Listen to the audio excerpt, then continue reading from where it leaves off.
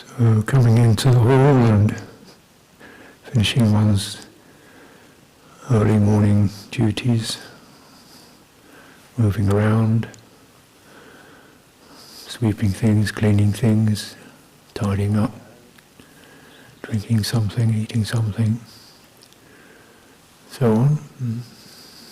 The trembles of activity, various motivations, move around, individual ways themselves are coming together, coming along, sit down. So lots of change, just in that, lots of changing, isn't there? Things we feel interested in, or just do as a matter of course. Generally, in this atmosphere, quite mildly agreeable, not abrasive, not harsh, not pressurized, but because it gives you a chance to just be less intensely impacted, less passionately involved, just clear, light, and then you don't lose touch with what stays, which is the knowing. So when we come to the hall and bell rings, it's time to do this. Okay, body, move body, door, shoes, awareness of other people, yes. Move along, trees coming into blossom, yes. And yet, something is pretty much behind all that, isn't there? Knowing it all fits into knowing, into some sense of an openness, right? What is knowing? Let's turn our light on that. Is it the flow of phenomena, or is it something not phenomenal, not the flow of phenomena, but kind of a numinous, knowingness, which is not phenomenal. It's not discrete phenomena that come and pass. It's something else. We all, yes, we get it. Yeah, we try to place it. What is it? A thought? No, it's not a thought. Mood? No, it's not a mood. Mind? What mind? Must be mind, I suppose. What's a mind?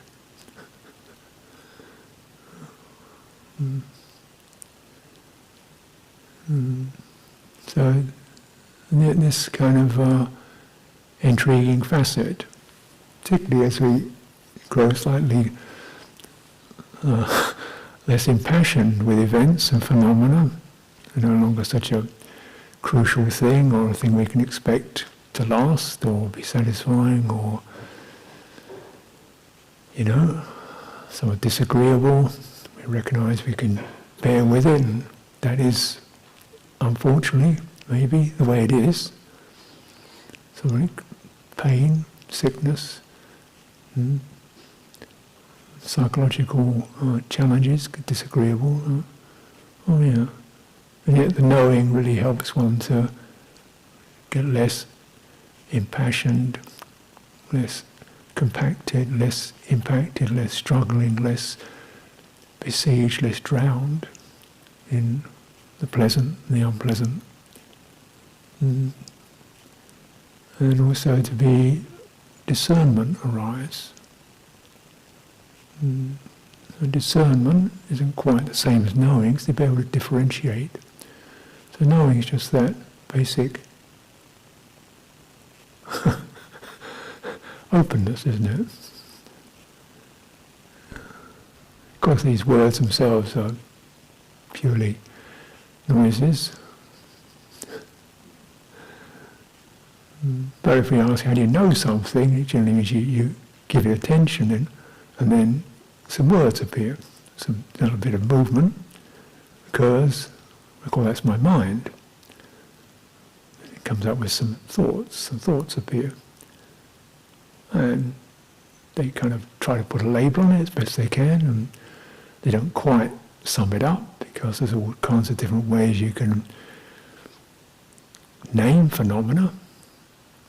Is it a tree, or is it a bush, or is it a shrub, or is it a plant? Is it a laurel, or is it a cherry? Is it an apple, or is it a rose? Is it this particular rose or that particular rose? You go on and on and on. The world of naming is extremely intricate, and finally, what does the rose know? It's doing roses. It doesn't know anything about the name. So when we recognize things are not the names of things,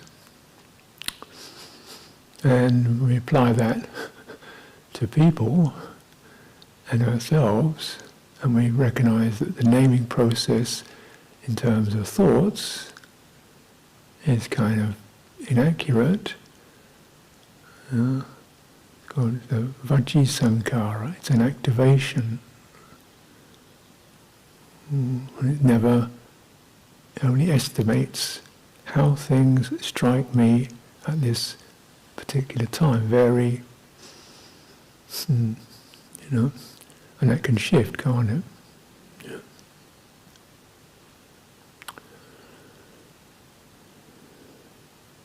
We can designate people according to their countries, but then they move the borders. I think Tanka Tanyuto said Bulgaria has been shifted around quite a bit over the last 100 years. So, his grandfather he stayed in Bulgaria, but one kid was in Greece, the other one was in Macedonia, and they hadn't actually moved very far. They just moved the borders. So. Well, that can be a big deal, can't it, when you're trying to get from one country to another and find you're a foreigner. Or your country's been taken over by somebody else. Like Poland's been shifted around.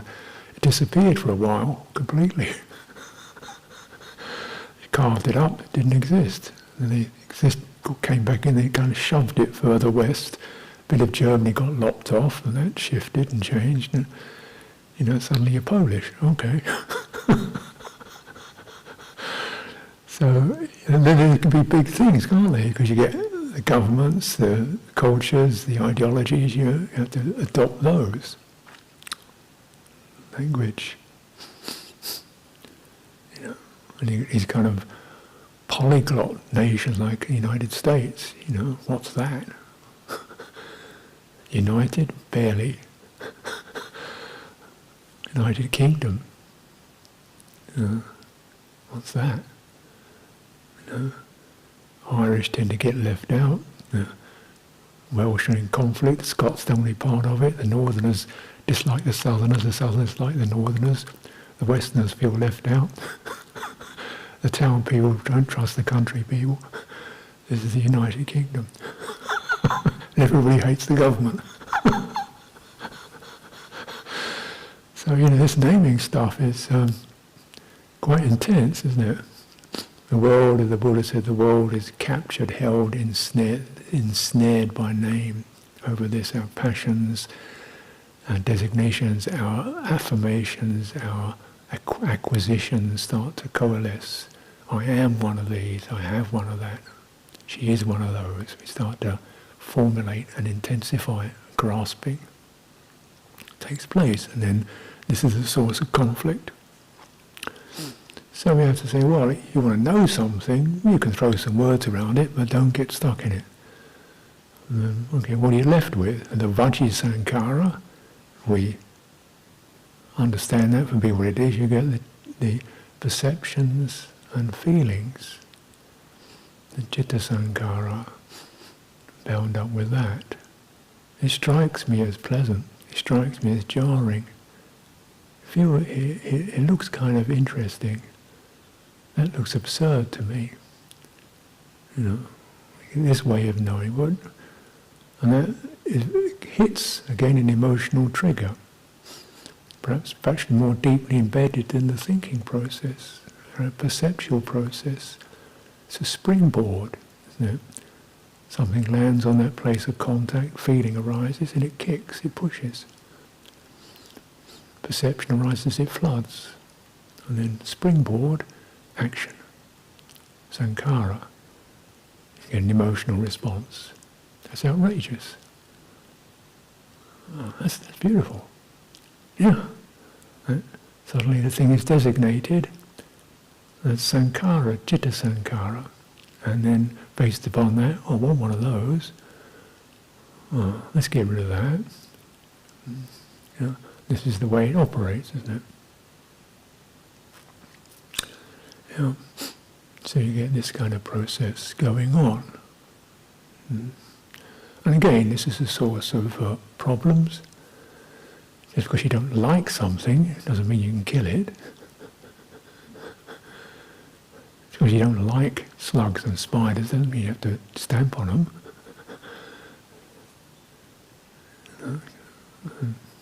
They're not going to harm you. It's a perceptual, slimy, ugly, wriggly thing, volition. So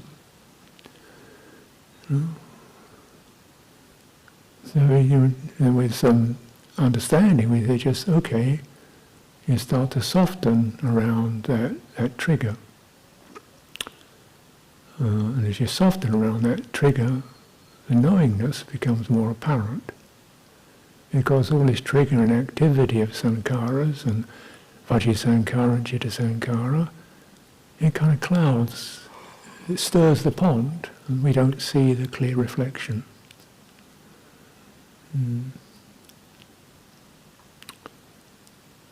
We think this stuff that's doing it is my mind, or my heart.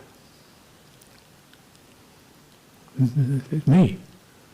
I'm thinking. I feel this way. Because it's intimate and one's taken a stand on it, unconsciously probably. We've grown used to that system of orientation, thoughts, perceptions. They've become a stand. Consciousness is established around that. That's the centre. It becomes me. This is my mind. This is my heart. My feeling. My opinion. It's a source of problems, isn't it? This is never anything but a partial subjective angle. And therefore there's possibility of conflict. And if one has taken a stand upon that, then the conflict can get quite severe. And also we experience a sense of, I feel frustrated. I feel I need. I feel, and then further, my mind is so in this way. If my heart would just calm down, if my mind would stop chattering all the time, so it turns back on the subject, doesn't it? That which was used as a springboard for action to designate things, designates a self who owns it, is then the recipient of all the turmoil of my mind or my heart. And the knowingness of that is minimal, perhaps, or at least it hasn't been used wisdom to discern what's really going on here.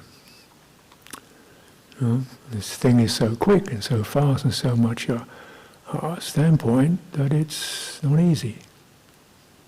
So can you just step back from it? Dispassion, linger, steady, and use the body and the breathing as a kind of a standpoint from which you can, there's that. Just get some space between, or space behind, or space above, or space around the mind. It's kind of standard practice, isn't it? And when there's that sense of a little more dispassion, the knowingness becomes more established, we feel, oh yeah, there. That's the one I don't have to fight over, or claim, or designate, or own, or is in conflict, or needs to be filled up with anything. Needs to have something done to it. And it's there. Or it's here, or it's somewhere. And then we're, well, where?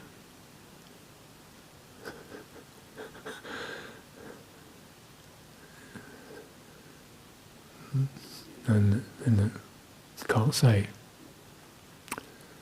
This is where the designations fade out. Therefore, there's an end to this tangle. An end to the volitional tendencies based upon that tangle. An end to those.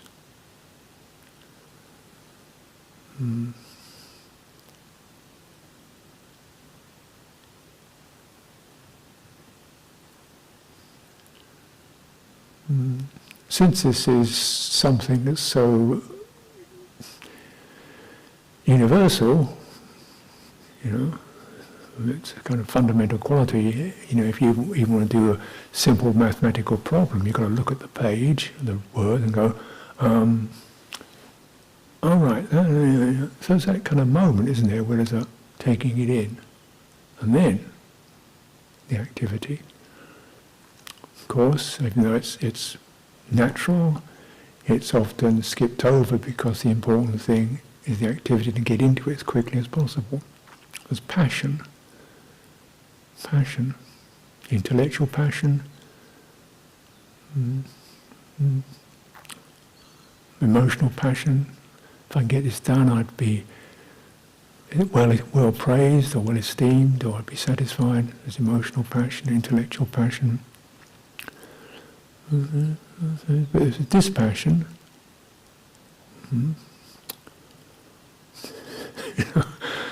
There's a possibility to review the aims, where one's going, and how, maybe this isn't going to arrive anywhere that's that useful. So we're checking volition. This is possible. And then the consciousness is not re-established in that same track. What is consciousness? Consciousness, that sense of that which makes an object present through the eye, the ear, the nose, the tongue, the body, or the mind. Mano, something that makes a sight, a seeable, subject to feeling and perception. Right? So it's Mahavedala Sutta, Sariputta says feeling, perception and consciousness, they're conjoined. You can't distinguish, when one arises, the other arises. They're amalgam, these aggregates. So consciousness is that which makes feeling and perception possible. Right? In other words, there is sight, and then there's, that impact occurs, contact occurs, perceptions and feelings arise. So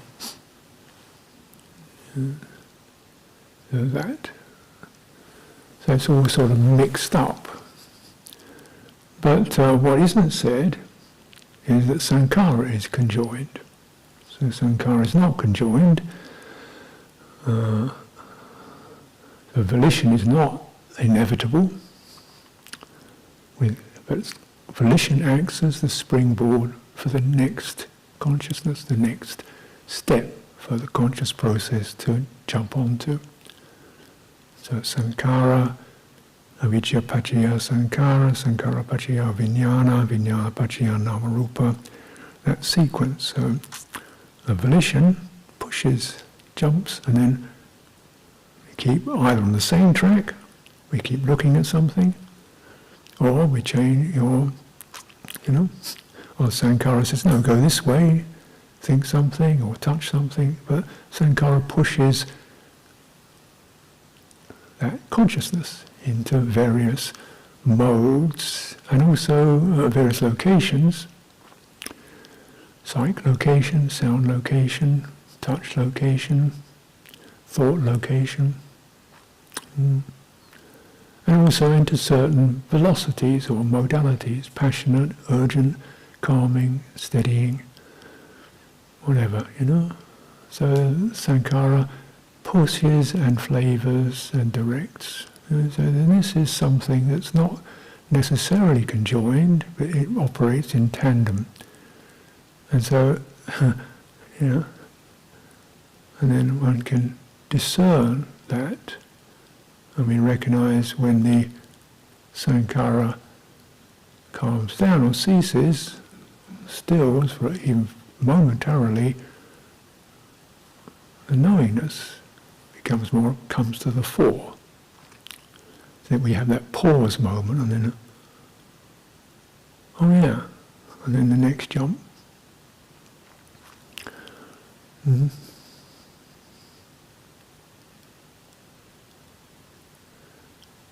And that, now in terms of the Buddhist language, we don't really have a mind,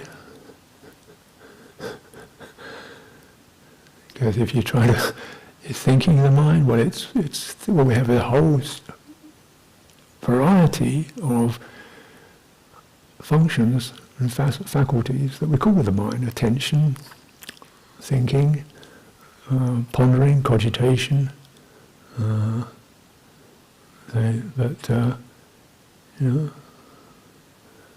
manasikara, attention, and mind consciousness is certainly consciousness places things within this territory where cogitation, calculation, choosing and picking, wisdom, and so forth can occur.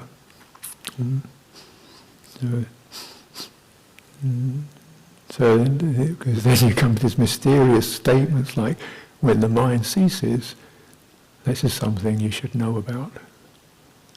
So the knowing then is not contained within this mano faculty. It's not a matter of attention, cogitation, pondering, thought. However useful they may be, it's not in there. The mind arises, passes, with attention, cogitation, and so forth. So we contemplate mental factors as they are arising. Just like when you contemplate body as it is,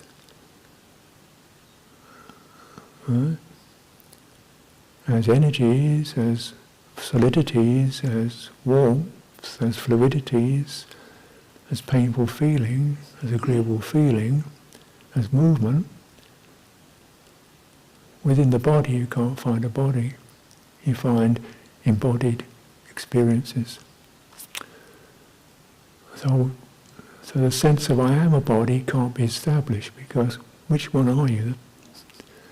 The visual, the tactile, the solidity, the fluidity, the movement, the painful, the unpleasant. It's the one that grabs you. Once kind of calms and steadies the whole thing, you see this is embodiment playing. And this is very much what was encouraged to do through meditation. So in all that mythology of solidity and unity and singularity and I am this is no longer supported, right? It doesn't, it's not as it is, it's something that's generated through a particular sticking together. If that is no longer supported, there's no base for the sense of I am this body, I am me, I'm in here, I'm big, I'm small, I'm old, I'm young, my hair is long, short, no hair, I'm male, all that stuff.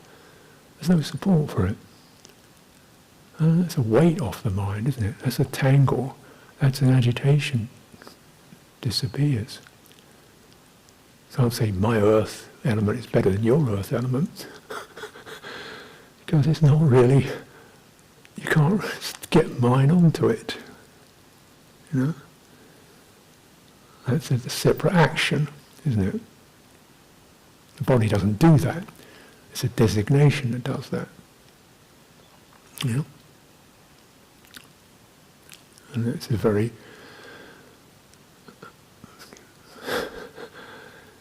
yeah. And this incident where they, I think a few years ago, one of the Aboriginal people from Australia came to Britain, and he got onto the cliff of Dover and stuck his flag and says, "I claim this land for the Aboriginal nation." It was sort of a joke because that's what the British did to his country.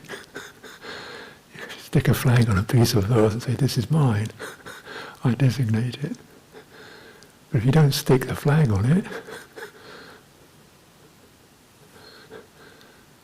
do we need to? There's that longing for something to claim, isn't there? This passion, clinging. That's what it's called. To establish a solid orientation. We find actually within as we contemplate this body, there's no solid orientation in there. But there is a very pleasing relationship that can be formed. So it's an object, but an object not in a kind of cold, that's nothing to do with me state, but an object in terms of this is something we can steady, calm, find balance with, ease, open to. Right? And then that you're encouraged to do this, both because it makes things more agreeable, and then it's more agreeable, the heart calms down, and the mind begins to go quiet, and that's agreeable, generating less agitation and confusion. But also because with that calming, the knowingness becomes more apparent. You know, and you start to sort of orient towards being that. Though you can't name it or designate it, there can be that subduing of attention to not discern an object, to almost to rest in something, again, we can't designate, and yet can be experienced. It's open, it allows, and it's constant. But of course, we don't always visit it. So in reality, it's not a constant. In our actuality, it's something we flutter in and out of. But as you lean back on it, you return to that. From this place, one can act in a much more skillful, objective way. One can calm things, steady things, and it's a possibility for clear discernment rather than fuzzy opinionatedness or blind impulse or prejudice to occur, because we see things actually as they are, not claimed, not owned, not entities, not myself. So when we look in the Anapanasati Sutta, how you do this, you widen your attention, include your whole body, as you experience it, through this breathing, flowing energy through, the edges of the body disappear, the solidities recede, and you're into something much more fluid, bright. Of course, it takes practice, years, habits, built in.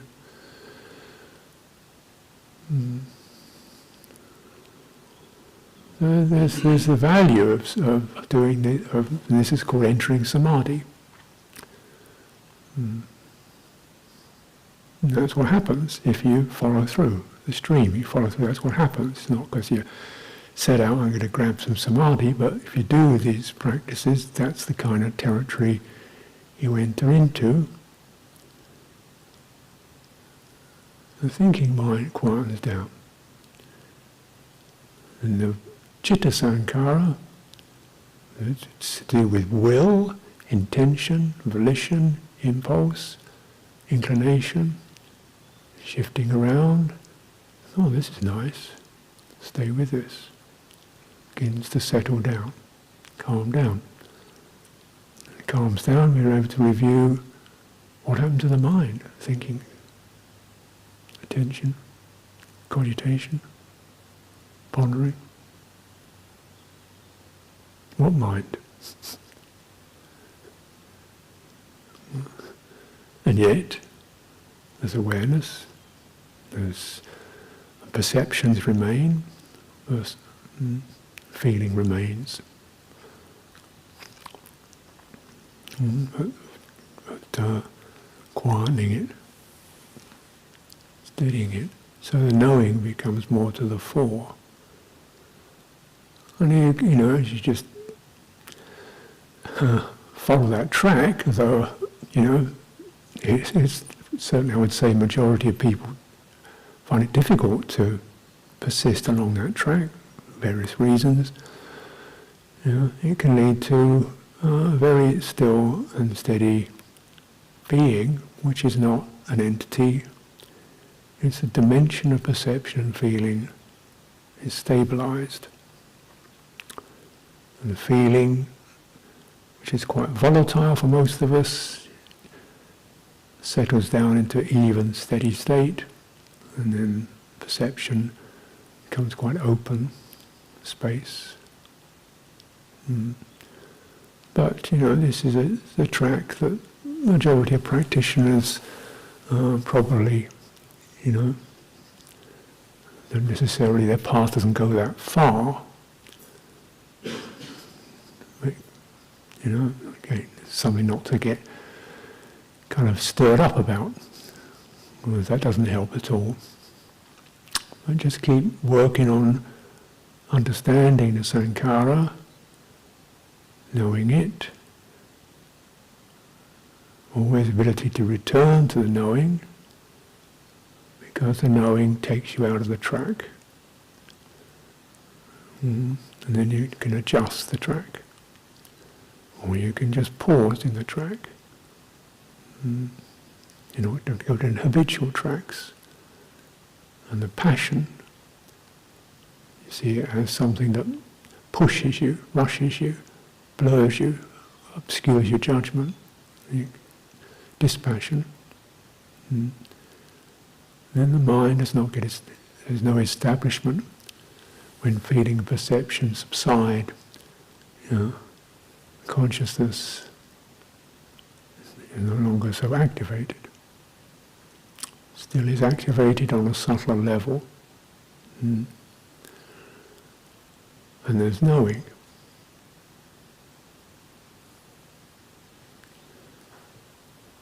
So this is how the samadhi process and the knowing process converge, cooperate, they're not in conflict.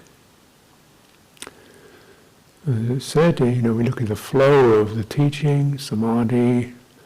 And samadhi is a basis for jnana, knowingness. Jnana dasanam, knowing and vision. Yatabhutam jnana dasanam, knowing and vision as to how things are coming together. The realm of becoming, how things are formed. And they're being formed, but as we have that foundation, see what is not being formed is me, an entity. That's a blur. That's a kind of tangle. That's a blind spot. And then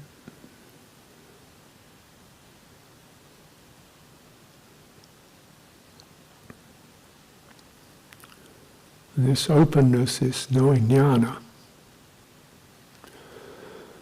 Consciousness is vijnana, so in a way jnana is always evident or established within consciousness, but consciousness in the Pali Suttas involves perception, feeling, and is sankharat.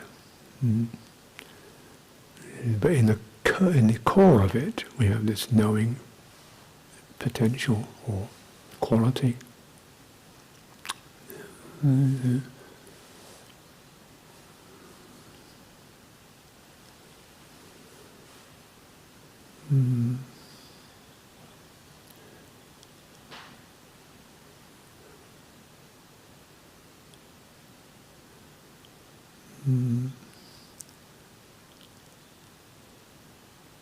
Vimutti sarana sabbe dhamma.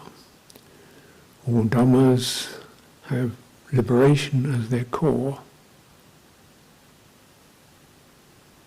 Remember what I was saying the other day, the Chanda Mulaka, the Mulaka Sutta, Chanda, zeal, interest, desire, inclination is the root. It moves on through attention, contact, feeling, concentration. Because what one feels, the citta focuses on. So this isn't samma samadhi, this is just kind of ordinary, worldly samadhi. What one feels, there your attention, you concentrate on it. You may be considering lofty ideas, you get a pain in your tooth, that's what you concentrate on. You get instant samadhi. So where's the feeling? But then mindfulness. So samadhi, then the next step is mindfulness exercises authority. It says, no, just know that as a feeling. Don't go any further down that track. Exercise authority over what dhammas are going to arise. Make a dhamma of patience rather than frustration and anguish. Wisdom supervises them. It investigates. As a supervisor, what's in there? It's like when you come to a border, what's in that bag? Excuse me, sir, what's in that bag? Oh, nothing much. Would you open it? Oh. Open it up, wisdom opens it up. Well, there's all sorts of things in here, but there's what there isn't. There's knowing, but there's no self in here. Therefore, the basis for passion, taking a position, frustration, fascination, eliminated, relieved.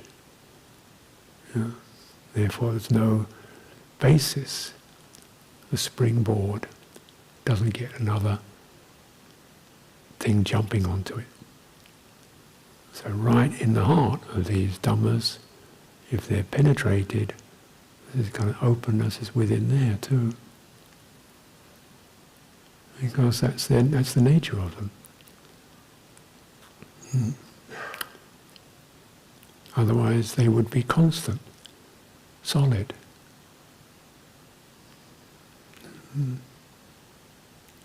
Because they're mutable and changeable and disappear, because there's something about them, about phenomena, about sights and sounds and moods and feelings, that's empty. They have no innate substance. They have no innate quality. The quality is shifting and changing. So in that emptiness, in the core of it, there's no location. That also is a designation.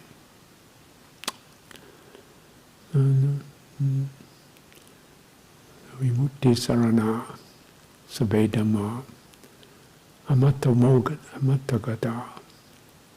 All dhammas terminate in deathless fruition. Consummation is nibbana. So this penetrative process, seeing, supports that jnana dasana. Jnana, knowingness, what makes that, brings that to the fore? When the mind is collected, steadied, so the mental factors that we call our mind dissolve, or abate, subdued. With them, the identity that they support is also subdued, quietened, opened. And it's just tender, open knowingness. And then from there, wisdom can occur because things can be seen much more clearly. And when the passion ceases, then relinquishment of the basis for that. It's to recognize, where I take a stand and how valid that is, how useful it is, what's worth taking a stand on. I take a stand on morality, on virtue, but I'm not going to demand it from everybody else. I'm not going to start doing judging and stuff like that. So I was moral without being moralizing. I don't claim it as mine, and everybody else has to belong to it. I say, I'm fortunate in this quality has arrived, and I want to stay open to that and be guided by it.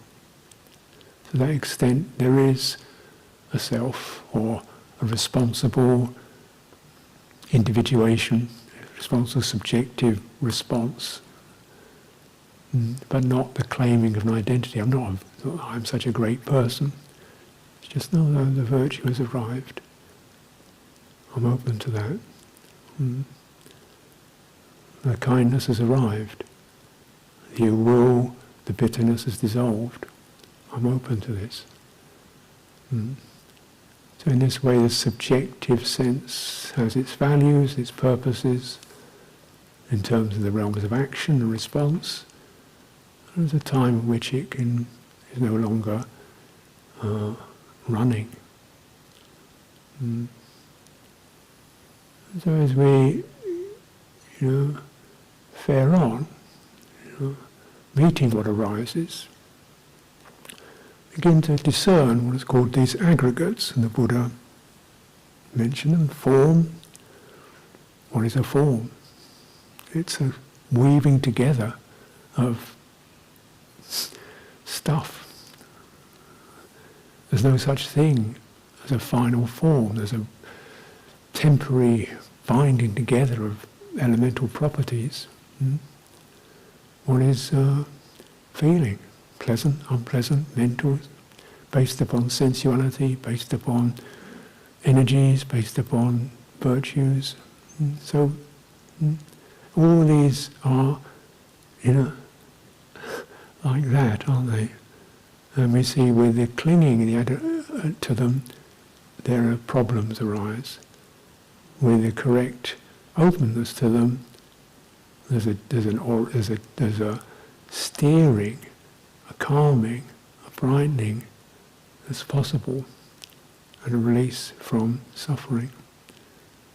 So then you have something, you begin to keep referring back to these as wisdom designations. Again, they're designations, they're not final realities, but they're useful designations. Because then, when you're standing, sitting, chewing, going to a business meeting, you can be sure there's going to be sankhara, consciousness, form, feeling, perception. They come with you. They go with you. So there it is. There it is again. There's the volition, there's the taking a stand, and there's the perception. And there's the knowing. Just that helps to moderate the rest of it. And then we kind of open that our practice to a life. Sitting, standing, walking, reclining, feeling the energies flowing through the body. This is feeling, this is perception, this is kaya sankhara, bodily energy. I can practice like this too. Sick, I could practice like this. Busy, I could practice like this. Passion definitely blurs it. So we move steady, we move clearly, we stay in touch with the knowing.